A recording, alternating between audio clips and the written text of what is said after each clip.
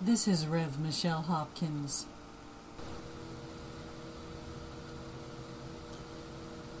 Are you seeing this flare up here? Watch. I'm not exactly sure what that is, but I'm going to do some investigation. It may be the U.S. space fence, I don't know. But I am going to do some investigation as to what we've got down there that might make that kind of flare that would actually cause chemtrail particulates to flare upwards like that. And you can tell they are actually flaring upwards because what's behind them empties out. See? How up here, what's behind them empties out immediately.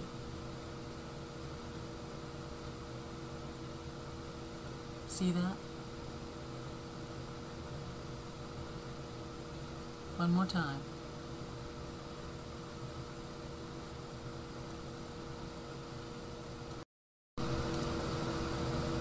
I wanted to check this TTA flare out to find out if it's showing up on Global Mimic, Morphed Integrated Microwave Imagery at CIMSS.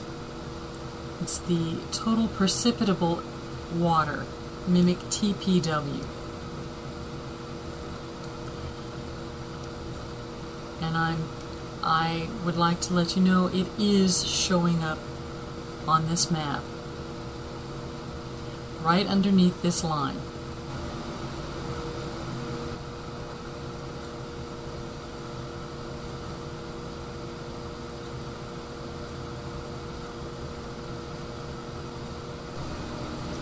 Now here, this still shot is blown up a little bit more for you so that you can see it a little bit better. I've encircled it, this whole area right here. Electromagnetic activity has been happening in this area. Split second. It happens in a split second and everything changes. Most of the moisture-laden particulates stay pretty much the same except for this alignment here. But all of the dry particulates move out of the way as though they're repelled away from this electromagnetic activity.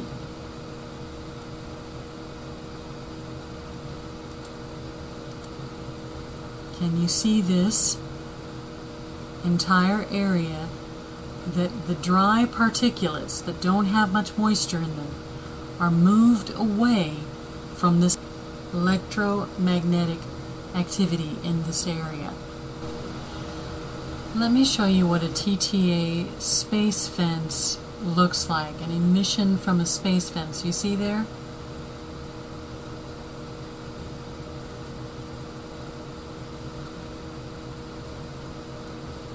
Right there.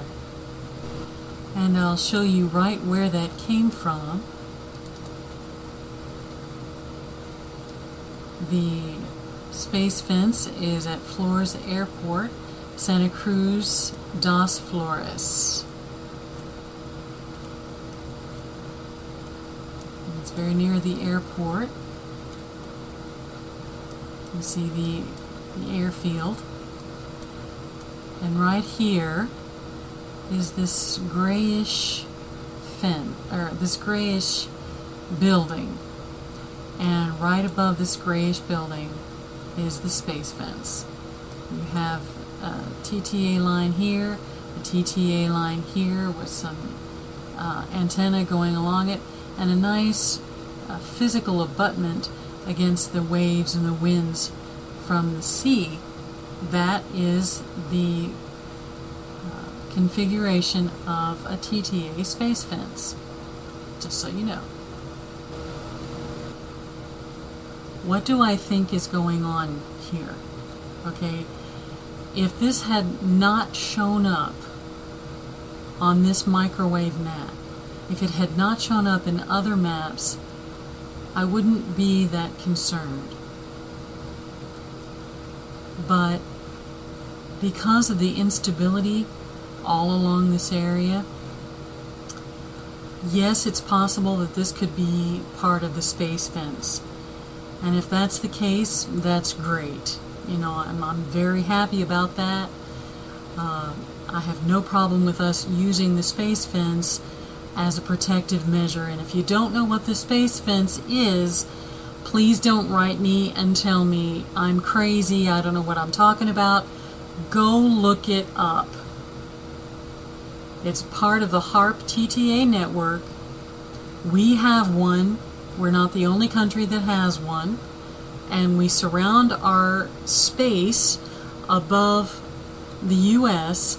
with this protective net, if you will, that allows us to see what passes through it, what satellites, what vehicles pass through it, what space trash, if you will, and everything that passes through it is cataloged. Its trajectory, speed, its identification is cataloged with this space fence. And if you don't know what it is, don't tell me that I'm crazy. Go look it up. Ignorance is a choice. Don't be ignorant. Look it up. Now, I want to show you that we do have man-made structures in the ocean, on the ocean floor in this area. Whether this is a TTA transmitter or receiver, or it has anything to do with the TTA network, I do not know. But as you can see, there's all kinds of tracks intersecting this man-made structure that goes all the way out here to the ocean and then turns left and goes up to the very tip of Alaska. And you see this tectonic plate here that goes all the way down from Alaska, Canada to America, all the way down into the tip of South America, the bottom tip of South America. This area is replete with all kinds of goings-on the bottom of the ocean floor. You can see all the tracks that are happening there, and a lot of strange going on. And I would not hesitate to say that I do believe there are TTA buoys, if not things buried on the ocean floor. Some of these apertures look a little too pointy. They all look very similar and the same, and some of them look like they just go right straight across. Just like that thing that we saw that looked like the flare that we saw on the weather map.